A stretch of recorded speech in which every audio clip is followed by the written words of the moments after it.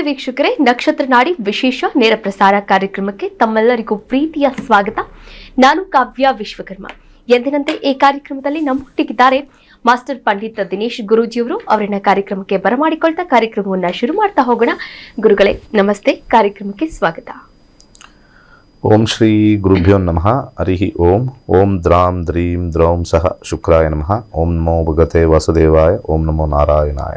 ನಮಸ್ಕಾರ ವೀಕ್ಷಕರೇ, ಗುರುಗಳನ್ನ ಕಾರ್ಯಕ್ರಮಕ್ಕೆ ಬರಮಾಡಿಕೊಂಡಿದ್ದಾಯ್ತು. ಸ್ಕ್ರೀನ್ ಮೇಲೆ ಕಾಣಿಸ್ತಾ ಇರುವಂತಹ ನಂಬರ್ಗೆ ಕರೆ ಮಾಡಿ ಈ ಕೂಡಲೇ ಗುರೂಜಿಯವರೊಟ್ಟಿಗೆ ನೇರವಾಗಿ ಮಾತನಾಡಿ ಅಂತ ಹೇಳ್ತಾ ಕಾರ್ಯಕ್ರಮವನ್ನ ಮುಂದುವರಿಸೋಣ. ಕಾರ್ಯಕ್ರಮದಲ್ಲಿ ಮೊದಲ ಕರೆ ಸಿದ್ಧವಾಗಿದೆ.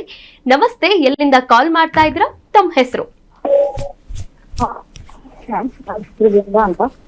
ಸ್ವಲ್ಪ ಜೋರಾಗಿ ಮಾತನಾಡಿ ಮಾ. ಮೇಡಮ್, ಪ್ರಶ್ನೆಶಾಸ್ತ್ರ ಹೋಗ್ಬೇಕಾಗಿತ್ತು. ಓಕೆ, ಯಾವ ವಿಚಾರವಾಗಿ? ಕೋರ್ಟ್ ಕೇಸ್ ವಿಚಾರವಾಗಿ. ಓಕೆ, ಒಂದು ಸಂಖ್ಯೆಯನ್ನ ಹೇಳಿ. 1 to 249 ಒಳಗಡೆ. ಇನ್ನೊಮ್ಮೆ ಹೇಳಿ. ಕೇಳಿಸ್ತಾ ಇಲ್ಲ ಸರಿಯಾಗಿ, ನೆಟ್ವರ್ಕ್ ಇರುವಂತ. 29 ಮೇಡಮ್. 29. ಓಕೆ, ಗುರುಗಳಿದ್ದಾರೆ, ಮಾತನಾಡಬಹುದು. ನಮಸ್ತೆ ಗುರುಗಳೇ. ಹೇಳಿ ಸರ್, ಇದು ಕೋರ್ಟ್ ಕೇಸ್ ಇದೆ. ಕೇಸ್ ನಡೀತಾ ಇದೆ. ಒಂದ್ರ ಮೇಲೆ ಒಂದು ಕೇಸ್ ಆಗ್ತಾನೆ ಇದೆ. ಅಪ್ಲಿಕೇಶನ್ ಪಾರ್ಟಿಗೆ ಮೊನ್ನೆ ಒಂದು ಕೇಸ್ ನೀವು ಹೇಳ್ದಂಗೆ ಮಾಡಿದಕ್ಕೆ ಸಕ್ಸಸ್ ಆಯ್ತು. ಸಕ್ಸಸ್ ಆಯ್ತು ಅಂತ ಹೇಳಿ ಮತ್ತೊಂದು ಕೇಸ್ ನನಗೆ 2-3 ಕೇಸಸ್ ಹಾಕ್ತಿದ್ದಾರೆ. ಅದಕ್ಕೆ ಏನ್ ಮಾಡ್ಬೇಕು ಅಂತ ಗೊತ್ತಾಗ್ತಾ ಇಲ್ಲ.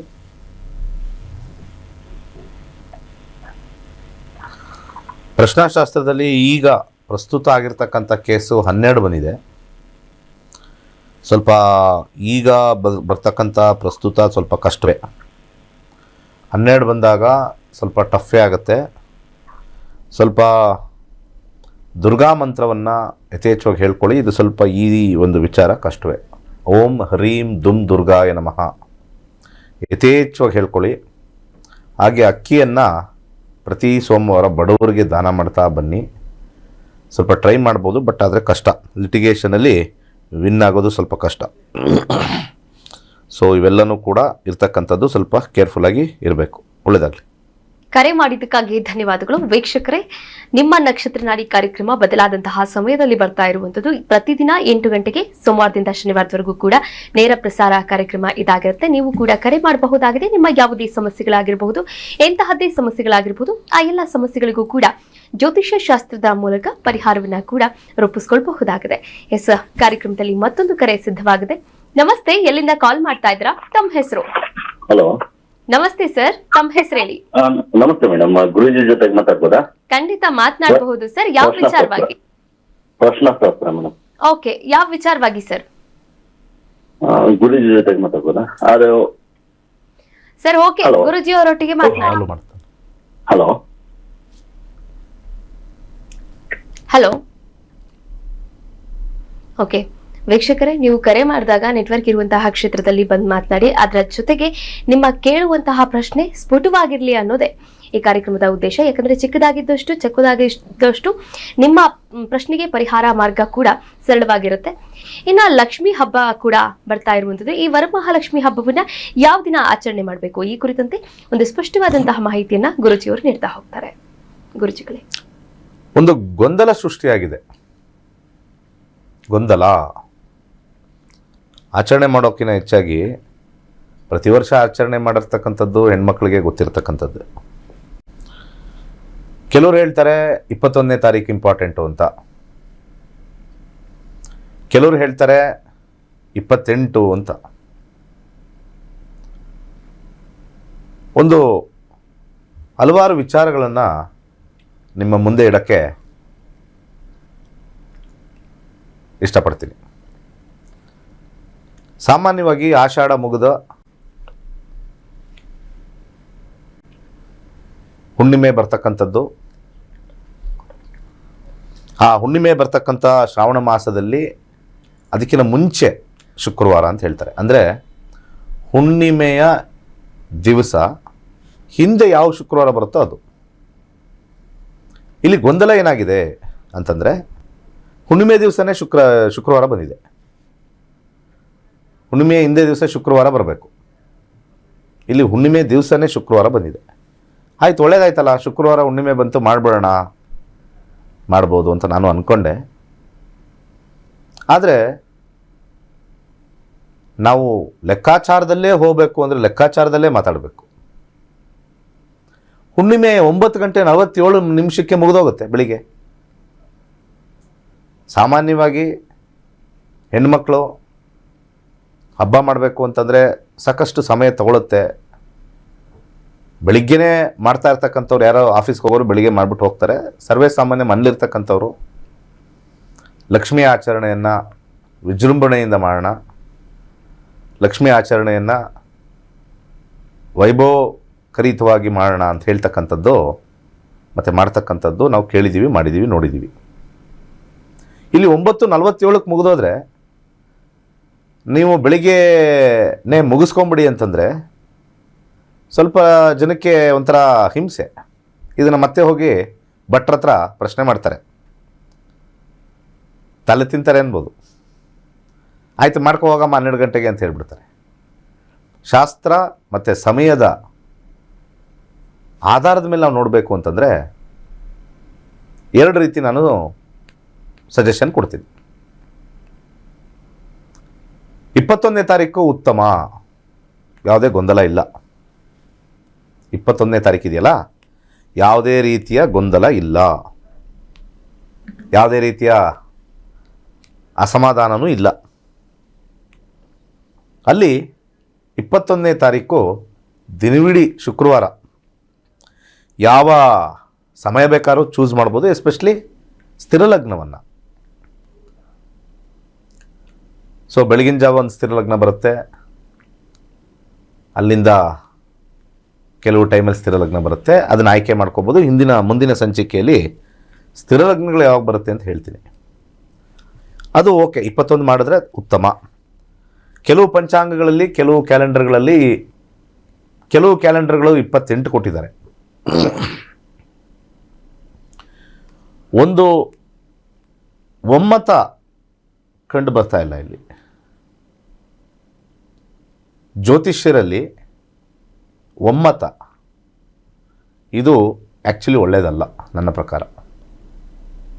ಆದರೂ ಕೂಡ ಇದು ಪಬ್ಲಿಕ್ಕಿಗೆ ತರ್ಕದ ಮಾತಾಗತ್ತೆ ಹೊರತು ವಿಚಾರದ ಮಾತಾಗಲ್ಲ. ಅವನು ಯಾವನ್ರಿ ಹೇಳಿದ್ದು, ಅವನಿಗೇನು ಗೊತ್ತಾ? ಅವರೊಬ್ಬರು ಮಾತಾಡ್ತಾರೆ, ನಾನೊಂದು ಹೇಳ್ತೀನಿ, ಇನ್ನೊಬ್ಬರು ಅವನೇನು ಹೇಳಿದ್ದು ಸರಿ ಇಲ್ಲ, ಇವ್ರು ಹೇಳಿದ್ದು ಸರಿ. ನಾವೇ ಒಂದು ರೀತಿ ರೂಲ್ಸ್ ಫಾಲೋ ಮಾಡ್ದಲೇ ದ್ವಂದ್ವದಲ್ಲಿದ್ದೀವಿ. ರೂಲ್ಸ್ ಪ್ರಕಾರ ಮಾತಾಡೋಣ, ಓನ್ಲಿ ರೂಲ್ಸ್. ಹಾಗೆ ಹೀಗೆ 2ನೇ ವಾರದಲ್ಲಿ ಮಾಡಬೇಕು, ತಿಂಗಳಿನ 2ನೇ ವಾರದಲ್ಲಿ ಮಾಡಬೇಕು, 2ನೇ ಶುಕ್ರವಾರದಲ್ಲಿ ಮಾಡಬೇಕು, 3ನೇ ಶುಕ್ರವಾರದಲ್ಲಿ ಮಾಡಬೇಕು, ಹಲವಾರು ವಿಚಾರಗಳಿದ್ದಾವೆ. ಅದು ಬಿಡಿ, ಶುಕ್ರವಾರ ಲಕ್ಷ್ಮೀ ಪೂಜೆ ಮಾಡಲಿಲ್ಲ ಅಂದರೂ ಕೂಡ ನಿಮ್ಮ ಯೋಗದಲ್ಲಿ ಲಕ್ಷ್ಮಿ ಇದ್ದರೆ ಬಂದೇ ಬರುತ್ತೆ. ಶುಕ್ರವಾರ ವಿಜೃಂಭಣೆಯಿಂದ ಪೂಜೆ ಮಾಡಿದ್ರೂ ಕೂಡ ನಿಮ್ಗೆ ಎಷ್ಟು ದಕ್ಕಬೇಕೋ ಅಷ್ಟೇ ದಕ್ಕತ್ತೆ.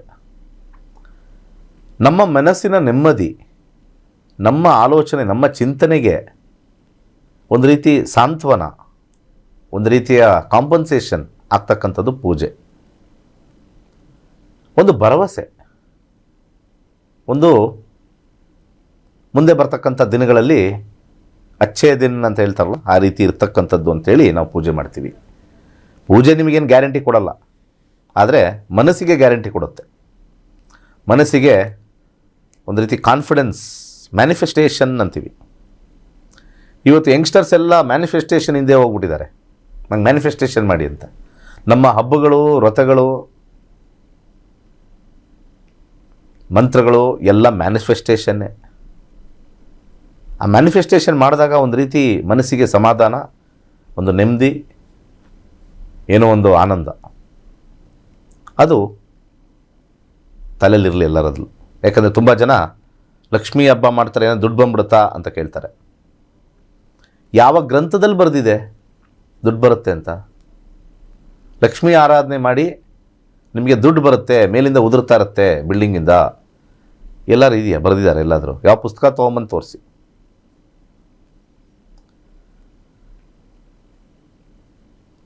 ಕಷ್ಟಪಟ್ಟು ಕೆಲಸ ಮಾಡಿದಾಗ ಕಂಪನಿಯವರು ತೃಪ್ತಿಯಾಗಿ ನಿಮಗೆ ಬೋನಸ್ ಅಂತ ಕೊಡ್ತಾರೆ. ನಾವು ಇರ್ತಕ್ಕಂಥ ಪ್ರಕೃತಿಯ ಒಂದು ಮಡಿಲಲ್ಲಿ ಒಂದು ಶಕ್ತಿ, ಅಗೋಚರ ಶಕ್ತಿ ಇದೆ.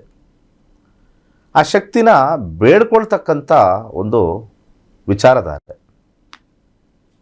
ಸೊ ಬೇಡ್ಕೊಂಡಾಗ ನಮಗೆ ಕರುಣಿಸ್ಬೋದು ಅನ್ನೋ ಒಂದು ಊಹೆ ಅಥವಾ ನಿಲುವು ಅದೆಲ್ಲ ಇರಲಿ. ಮನಸ್ಸಿಗೆ ಪೂಜೆ ಮಾಡಬೇಕು. ಪ್ರಪಂಚದಾದ್ಯಂತ ಎಲ್ಲ ಧರ್ಮದವರು ಹಬ್ಬ ಆಚರಣೆ ಮಾಡ್ತಾರೆ. ಎಲ್ಲ ಧರ್ಮದವರು ಆಚರಣೆ ಮಾಡ್ತಾರೆ. ಯಾವ ಧರ್ಮ ಆಚರಣೆ ಮಾಡಲ್ಲ, ಏನಾರು ಒಂದು ವಿಚಾರದಲ್ಲಿ ಆಚರಣೆ ಮಾಡೇ ಮಾಡ್ತಾರೆ. ಕಲ್ಚರ್ ಅಂತ ಕರೀತಾರೆ. ಅವರವರ ಕಲ್ಚರ್, ಅವರವ್ರದ್ದು ಬಿಲೀಫ್. ನಮ್ಮದ್ರಲ್ಲಿ ಸ್ವಲ್ಪ ಹೆಚ್ಚಾಗಿದೆ. ಹಬ್ಬಗಳು ಹೆಚ್ಚು, ವಿಜೃಂಭಣೆ ಹೆಚ್ಚು, ಅವೆಲ್ಲ ಇರ್ತಕ್ಕಂಥದ್ದು. ಹಬ್ಬಗಳು ಮಾಡ್ತಕ್ಕಂಥವ್ರನ್ನ ಟೀಕಿಸೋದು ಬೇಡ, ಅಥವಾ ಅವರವರ ಭಾವನೆಗೆ ಟೀಕಿಸೋದು ಬೇಡ. ಅವರವರ ಇಚ್ಛೆ, ಅವರವರ ಮನಸ್ಸಿನ ನೆಮ್ಮದಿಗೆ ಮಾಡ್ತಾರೆ. ನಿಮಗೆ ಯಾಕೆ? ನಾನು ಮಾಡ್ಕೊಳ್ತಾ ಇದ್ದೀನಿ ಹಬ್ಬ, ದುಡ್ಡು ಬರುತ್ತೋ ಇಲ್ವೋ ಅದು ನನಗೆ ಬಿಟ್ಟಿರೋದು, ನಿಮಗೆ ಯಾಕೆ? ಕೆಲವು ವಿಚಾರವಾದಿಗಳು, ಎಡಪಂಥಿಗಳು ಮಾತಾಡ್ತಾರಲ್ಲ, ಲಕ್ಷ್ಮೀ ಹಬ್ಬ ಮಾಡಿದ ತಕ್ಷಣ ದುಡ್ಡು ಬಂದ್ಬಿಡುತ್ತಾ ಅಂತ. ಅವ್ರೇನು ನಿಮ್ಮ ಹತ್ರ ಬಂದು ಕೇಳಿದ್ರಾ? ಒಂದು ಕೆಲಸ ಮಾಡಿ, ನಾವು ಲಕ್ಷ್ಮೀ ಹಬ್ಬ ಮಾಡೋದು ನಿಲ್ಲಿಸ್ಬಿಡ್ತೀವಿ. ಎಡಪಂಕ್ತಿಯವ್ರು ಯಾರು ಇರ್ತಾರೆ ಅವರೆಲ್ಲ ಬಂದ್ಬಿಟ್ಟು ನೀವು ಲಕ್ಷ್ಮೀ ಹಬ್ಬ ಮಾಡಿದವ್ರು ನಿಮ್ಗೊಂದು 10,000 ಕೊಡ್ತೀವಿ ಅಂತ ಬಂದ್ಬಿಡಿ ನೋಡೋಣ. ನಿಜವಾಗ್ಲೂ ಬಿಡ್ತೀವಿ ನಾವು, ನಿಜವಾಗ್ಲೂ ಬಿಡ್ತೀವಿ. ಎಷ್ಟು ಜನಕ್ಕೆ ಅಂತ ಕೊಡ್ತೀರಿ ನೀವು ಅಲ್ವಾ? ನೀವು ನಿಜವಾಗ್ಲೂ ಆ ವಿಚಾರ ಇತ್ತು, ನಾವು ಲಕ್ಷ್ಮೀ ಪೂಜೆ ಮಾಡ್ತಾ ಇರೋದು ನಮ್ಗೆ ದುಡ್ಡು ಬರಲೋ ಅಥವಾ ನೆಮ್ಮದಿ ಬರಲೋ ಅಂತ ನಾವು ಕೂತಿದ್ದೀವಿ. ಅದು ಬರುತ್ತೋ ಇಲ್ವೋ ಅದು ನಮ್ಮ ಇಚ್ಛೆ, ಅದೊಂದು ಟ್ರಯಲ್ ಆ್ಯಂಡ್ ಎರರ್. ಅದು ಬಂದುಬಿಟ್ರೆ ದುಡ್ಡು ಬರುತ್ತಾ ಇಲ್ವಾ, ಇದು ಬರುತ್ತಾ ಅಂದರೆ ಒಂದು ಕೆಲಸ ಮಾಡಿ, ಎಲ್ಲರಿಗೂ ದುಡ್ಡು ಕೊಟ್ಕೊಂಬಂದ್ಬಿಡಿ. ಈ ವಿಚಾರನ ನಾನು ಕೇಳಬೇಕು ಅವ್ರನ್ನೆಲ್ಲ. ₹1 ಕಾಸು ಜೋಬಿಂದ ಬರಲ್ಲ, ನಿಮ್ಮದು ಮಾತು ಮಾತ್ರ ಬರ್ತದೆ. ಯಾಕಂದರೆ ಮಾತು ಫ್ರೀ ಅಲ್ವಾ? ದೇವರು ಎಲುಬಿಲ್ಲದ ನಾಲಿಗೆ ಕೊಟ್ಬಿಡ್ತಾರೆ, ಹೆಂಗೆ ಬೇಕಾದ್ರೆ ಮಾತಾಡ್ಕೊಂಡು ಹೋಗ್ಬೋದು. 10,000 ಕೊಟ್ಬಿಡಿ, ಎಲ್ಲರೂ ನಿಲ್ಲಿಸ್ಬಿಡ್ತಾರೆ. ಬೇಕಾದ್ರೆ ಕ್ಯೂ ನಿಂತ್ಕೋತಾರೆ, ಬೇಕಾದ್ರೆ ಫೋಟೋ ಕಳಿಸ್ತಾರೆ, ನಾವು ಲಕ್ಷ್ಮೀ ಹಬ್ಬ ಮಾಡಿಲ್ಲ ನೋಡಿ, 10,000 ಕೊಡಿ. ಲಕ್ಷ್ಮಿನೇ ಈ ಕಡೆಯಿಂದ ಬರೋದಿದ್ದಾಗ ಆಗ ಲಕ್ಷ್ಮೀ ಪೂಜೆ ಯಾಕೆ ಮಾಡಬೇಕು? ಆ ಥರ. ಈಗ ಭಾಳ ಇಂಪಾರ್ಟೆಂಟ್ ಪಾಯಿಂಟು, 28ನೇ ತಾರೀಕು ಹುಣ್ಣಿಮೆ 9:47 ಮುಗಿದೋಗುತ್ತೆ. ಅಲ್ಲಿ ಸಮಸ್ಯೆ ಇರೋದು 9:47 ಮುಗಿದೋಗುತ್ತೆ. ಆ 9:47 ಮುಗಿದೋದಾಗ ನಿಮಗೆ 6:10ರಿಂದ 7:00ವರೆಗೆ ಮಾತ್ರ ಒಂದೇ ಟೈಮ್ ಸಿಗೋದು ಸ್ಥಿರಲಗ್ನಕ್ಕೆ. ಪೂಜೆ ಮಾಡೋಕ್ಕೆ ಸ್ಥಿರಲಗ್ನ 6:10ರಿಂದ 7:00ವರೆಗೆ ಮಾತ್ರವೇ. ನೀವೇನಾದ್ರು ಮಾಡ್ಕೋಬೇಕು. 28ನೇ ತಾರೀಕು ನನ್ನ ಗೊಂದಲ ಇದ್ದಾರೆ, ನನಗೆ ಭಾಳ ಹತ್ರದಲ್ಲಿರ್ತಕ್ಕಂಥ ಒಬ್ಬರು ಗುರೂಜಿ ಇದ್ದಾರೆ, ಅಲ್ಲಿ ಪಂಡಿತರಿದ್ದಾರೆ, ಭಟ್ರಿದ್ದಾರೆ, ಪುರೋಹಿತರಿದ್ದಾರೆ, ಅವ್ರನ್ನೇ ನಾವು ಯಾವಾಗಲೂ ಕೇಳೋದು. ಅವ್ರು ಹೇಳಿದ್ದಾರೆ 28ನೇ ತಾರೀಕೆ ಮಾಡಬೇಕು ಅಂದರೆ ಮಾಡಿ. ಮಾಡಂಗಿದ್ರೆ 6:10ರಿಂದ 7:00ವರೆಗೆ ಮಾಡಿ. ದಿನವಿಡೀ ಹುಣ್ಣಿಮೆ ಇದೆಯಾ ಅಂತ ಕೇಳಿ ಅವ್ರಿಗೆ. ಇಲ್ಲ, 9:47 ಮುಗಿದೋಗುತ್ತೆ. ಸೊ ತಿಥಿಯ ಸಂದರ್ಭ, ತಿಥಿ ನೋಡಬೇಕು ಅಂತಂದರೆ ನಾವು ಕಾಲವನ್ನು ನೋಡ್ತೀವಿ. ಪಂಚಾಂಗದಲ್ಲಿ ನೀವು ಹೋಗಿ ನೋಡಿದ್ರೆ ತಿಥಿ ಮುಗಿಯೋ ಟೈಮ್ನ ಯಾಕೆ ಕೊಡ್ಬೇಕು? ಮತ್ತೆ ಟೈಮ್ನ ತೆಗೆದಾಕ್ಬಿಡಿ ಪಂಚಾಂಗದಿಂದ. ಸುಮ್ಮನೆ ಇವತ್ತಿನ ತಿಥಿ ತ್ರಯೋದಶಿ ಕೊಟ್ಬಿಡಿ, ಅದು 11 ಗಂಟೆಗೆ ಮುಗಿಯುತ್ತಾ 12 ಗಂಟೆಗೆ ಬೇಡ ಬೇಡ, ದಿನವಿಡೀ ಇರ್ತದೆ, ಹಂಗೆ ನೋಡ್ಕೊಂಡು ಸುಮ್ಮನೆ ಆಗ್ತಾರೆ. ಅಲ್ಲಿ ಟೈಮ್ ಕೊಟ್ಟು ಗೊಂದಲ ಯಾಕೆ ಸೃಷ್ಟಿ ಮಾಡೋದು? ಅಲ್ಲಿ ಟೈಮ್ ಕೊಟ್ಟು ಗೊಂದಲ ಯಾಕೆ ಸೃಷ್ಟಿ ಮಾಡಬೇಕು? ಹಾಗಿದ್ರೆ ಅಲ್ಲಿ ಟೈಮ್ ಕೊಡ್ತಾ ಇದ್ದೀರಾ ಅಂತಂದರೆ ಅದು ಆಕಾಶದಲ್ಲಿರ್ತಕ್ಕಂಥ ಗಣಿತಶಾಸ್ತ್ರದಲ್ಲಿ ನಿಂತಿರ್ತಕ್ಕಂಥ ಒಂದು ವೈವಿಧ್ಯತೆ ಗಣಿತಶಾಸ್ತ್ರದ ಮೇಲೆ ನಿಂತಿದೆ. ಸೊ ಗಣಿತಶಾಸ್ತ್ರದ ಮೇಲೆ ನಿಂತಿದೆ ಅಂದರೆ ನಾವು ಗಣಿತ ಆಧಾರಿತನೇ ನಾವು ಆಚರಣೆ ಮಾಡೋಣ ವೈಜ್ಞಾನಿಕವಾಗಿ. ಸೊ ವೈಜ್ಞಾನಿಕವಾಗಿ ಆಚರಣೆ ಮಾಡಬೇಕು ಅಂದರೆ 9:47 ಮೇಲೆ ಆಚರಣೆ ಮಾಡೋಂಗಿಲ್ಲ. ಹುಣ್ಣಿಮೆ ಆಗೋಗಿ ನಿಮಗೆ ಕ್ಷೀಣಚಂದ್ರ ಶುರು ಆಗಿಬಿಡುತ್ತೆ. ಕರೆಕ್ಟ್ ಅಲ್ವಾ? ಹುಣ್ಣಿಮೆ ಆಗಿದ ತಕ್ಷಣ ಏನು ಸ್ಟಾರ್ಟ್ ಆಗುತ್ತೆ? ವಿಚ್ ಈಸ್ ವ್ಯಾನಿಂಗ್ ಮೂನ್, ಕ್ಷೀಣಚಂದ್ರ. ಹಾಗಿದ್ರೆ ಮಧ್ಯಾಹ್ನ 12 ಗಂಟೆಗೆ ನೀವು ಕ್ಷೀಣಚಂದ್ರದಲ್ಲಿ ಮಾಡ್ತಾ ಇದ್ದರೆ ಮತ್ತು ಮ್ಯಾಥಮೆಟಿಕಲ್ ಕ್ಯಾಲ್ಕುಲೇಷನ್ ರಾಂಗ್ ಆಯಿತು. ಸೊ 28ನೇ ತಾರೀಕು ಮಾಡಿಕೊಂಡ್ರೆ 9:47 ಮೇಲೆ ಮಾಡಿದ್ರೆ ಅದನ್ನು ನಾನು ಡೇಂಜರ್ ಅಂತ ಹೇಳ್ಬಿಡೋಣ ಬಿಡಿ. ಜನ ಹಂಗೆ ಅಲ್ವಾ ಎಲ್ಲ ಹೇಳೋದು? ಏನೋ ವಿಚಾರ ಅಂದರೆ ಡೇಂಜರ್ ಮಾಡಿದ್ರೆ ಬರ್ಬಾದ್ ಹೋಗ್ಬಿಡ್ತೀರಾ, ಎಕ್ಕುಟ್ಟು ಹೋಗ್ಬಿಡ್ತೀರಾ, ನಿಜವಾಗ್ಲೂ ಎಕ್ಕುಟ್ಟು ಹೋಗ್ಬಿಡ್ತೀರಾ ಅಂತ ಹಂಗೆ ಹೇಳ್ಬಿಟ್ಟು ಎದುರಿಸ್ಬಿಟ್ಟು ಹೇಳೋದು. ಯಾಕಂದರೆ ರೂಲ್ಸ್ ಪ್ರಕಾರ ಹೋಗಲಿ ಅಂತ ಅಷ್ಟೇ. ಯಾರು ಏನು ಪೂಜೆ ಮಾಡಲಿ ಮಾಡಿದಾಗಲಿ ಏನೂ ಇಲ್ಲ. ಒಳ್ಳೆ ರೀತಿಯಿಂದ ಇದ್ದರೆ ಅದೇ ಲಕ್ಷ್ಮೀ ಪೂಜೆ. ಒಳ್ಳೆ ಮನಸ್ಸಿದ್ರೆ ಅದೇ ಲಕ್ಷ್ಮೀ ಪೂಜೆ.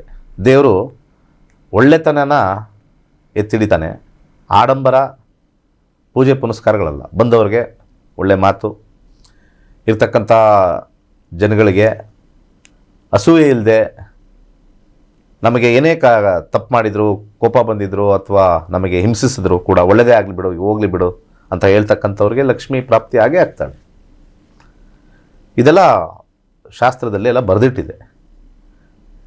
ಹಾಗೆ 21ನೇ ತಾರೀಕು ನೀವು ಮಾಡಿದ್ರೆ ಅದರಲ್ಲಿ ಯಾವುದೇ ರೀತಿಯ ಒಂದು ಗೊಂದಲ ಇಲ್ಲವೇ ಇಲ್ಲ. ಸ್ಥಿರ ಲಗ್ನಗಳನ್ನ ಆಯ್ಕೆ ಮಾಡ್ಕೋಬೋದು, ಯಾವುದೇ ರೀತಿ ತೊಂದರೆ ಇಲ್ಲ. ಸೊ ಫೈನಲಿ ಒಂದು ಪಿಕ್ಚರ್ ಕೊಟ್ಬಿಡ್ತೀನಿ. 21ನೇ ತಾರೀಕು ಭಾಳ ಒಳ್ಳೆಯದು. 22ನೇ ತಾರೀಕೆ ನಾನು ಮಾಡ್ತೀನಿ ಅಂತಂದರೆ 6:10ರಿಂದ 7:15 ಒಳಗೆ ಮುಗಿಸ್ಕೊಳ್ಳಿ. ಹಾವು ಸಾಯಲ್ಲ, ಕೋಲು ಮುರಿಯಲ್ಲ, ಆ ವಿಚಾರದಲ್ಲಿ ಬಂದ್ಬಿಡ್ಬೋದು. ಇಷ್ಟು ಲಕ್ಷ್ಮೀ ಹಬ್ಬದ ವಿಚಾರ. ಇನ್ನು ಮುಂದಿನ ಸಂಚಿಕೆಗಳಲ್ಲಿ ಲಕ್ಷ್ಮೀ ಹಬ್ಬ ಆಚರಣೆ ವಿಶೇಷ ಮತ್ತು ಯಾವ ಲಗ್ನದಲ್ಲಿ ಮಾಡಿದ್ರೆ ಒಳ್ಳೆಯದು ಅಂತ ಹೇಳಿ ಮುಂದುವರಿ ಮಾತಾಡೋಣ. ವೀಕ್ಷಕರೇ, ಇದರ ಜೊತೆಗೆ ನಿಮ್ಗೆಲ್ಲರಿಗೂ ಕೂಡ ಒಂದು ಸುವರ್ಣಾವಕಾಶ ಅಂದ್ರೆ ನಾಳೆ ನೀವೆಲ್ಲರೂ ಕೂಡ ಒಂದು ಉಚಿತವಾದಂತಹ ಜ್ಯೋತಿಷ್ಯ ಆನ್ಲೈನ್ ಕ್ಲಾಸ್ಗೆ ಜಾಯಿನ್ ಆಗಬಹುದು. ರಿಜಿಸ್ಟರ್ ಆಗಿ ಜ್ಯೋತಿಷ್ಯದ ಬಗ್ಗೆ ಸಂಪೂರ್ಣವಾದಂತಹ ಮಾಹಿತಿಯನ್ನ ಕೂಡ ಪಡೆದುಕೊಳ್ಬಹುದು. ಆನಂತರ ಸೋಮವಾರದಿಂದ ಅಂದ್ರೆ ಆಗಸ್ಟ್ 10ನೇ ತಾರೀಕಿನಿಂದ ಆರಂಭವಾಗ್ತಾ ಇರುವಂತಹ 114ನೇ ಬ್ಯಾಚ್ಗೆ ನೀವು ಕೂಡ ಜಾಯಿನ್ ಆಗಿ ರಿಜಿಸ್ಟರ್ ಆಗಿ ಜ್ಯೋತಿಷ್ಯವನ್ನ ಕಲಿರಿ ಅಂತ ಹೇಳ್ತಾ ಕಾರ್ಯಕ್ರಮವನ್ನ ಮುಗಿಸುವಂತಹ ಸಮಯ. ಇವತ್ತಿನ ಸಂಚಿಕೆಯಲ್ಲಿ ವರಮಹಾಲಕ್ಷ್ಮಿ ಹಬ್ಬದ ಕುರಿತಂತೆ ಸಾಕಷ್ಟು ವಿಚಾರಗಳನ್ನ ತಿಳಿಸ್ಕೊಟ್ಟಿದ್ದಾರೆ ಗುರೂಜಿಯವರು. ಧನ್ಯವಾದಗಳು ಗುರುಗಳೇ. ಸರ್ವೇ ಜನ ಸುಖಿನೋ ಭವಂತು. ವೀಕ್ಷಕರೇ, ಇದಾಗಿತ್ತು ಇವತ್ತಿನ ನಕ್ಷತ್ರ ನಾಡಿ ವಿಶೇಷ ನೇರ ಪ್ರಸಾರ ಕಾರ್ಯಕ್ರಮ. ನೋಡ್ತಾ ಇರಿ ಕರ್ನಾಟಕ ನ್ಯೂಸ್ ಬೀಟ್. ನ್ಯಾಯ ನಮ್ಮೊಂದಿಗೆ, ನಾವು ನಿಮ್ಮೊಂದಿಗೆ.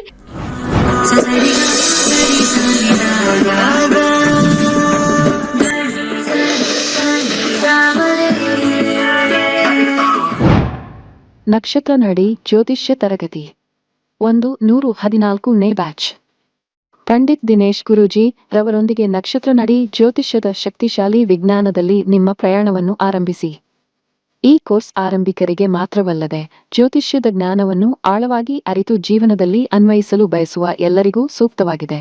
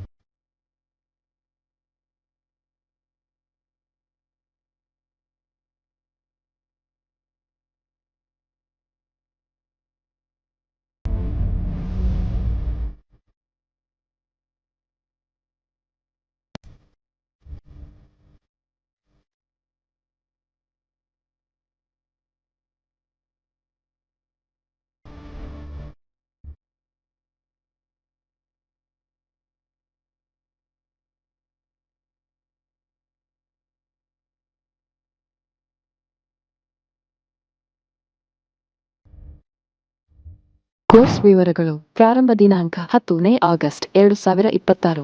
ಕೋರ್ಸ್ ಶುಲ್ಕ 7,999 ಮಾತ್ರ. ನೀವು ಪಡೆಯುವವು 15 ಲೈವ್ ಇಂಟರಾಕ್ಟಿವ್ ತರಗತಿಗಳು, ಉಚಿತ 3 ತಿಂಗಳ ಪ್ರವೇಶ, ಅಧ್ಯಯನ ಸಾಮಗ್ರಿಗಳು, ಉಚಿತ ಪ್ರಮಾಣ ಪತ್ರ. ತರಗತಿ ಸಮಯಗಳು: ಬೆಳಗ್ಗೆ 11 ರಿಂದ 12:30, ಸಂಜೆ 7:30 ರಿಂದ 9. ಇಂದೇ ನಕ್ಷತ್ರ ನಾಡಿ ಜ್ಯೋತಿಷ್ಯ ಕೋರ್ಸ್ಗೆ ಸೇರಿ ಮತ್ತು ನಿಮ್ಮ ಜೀವನವನ್ನು ರೂಪಾಂತರಗೊಳಿಸಿ.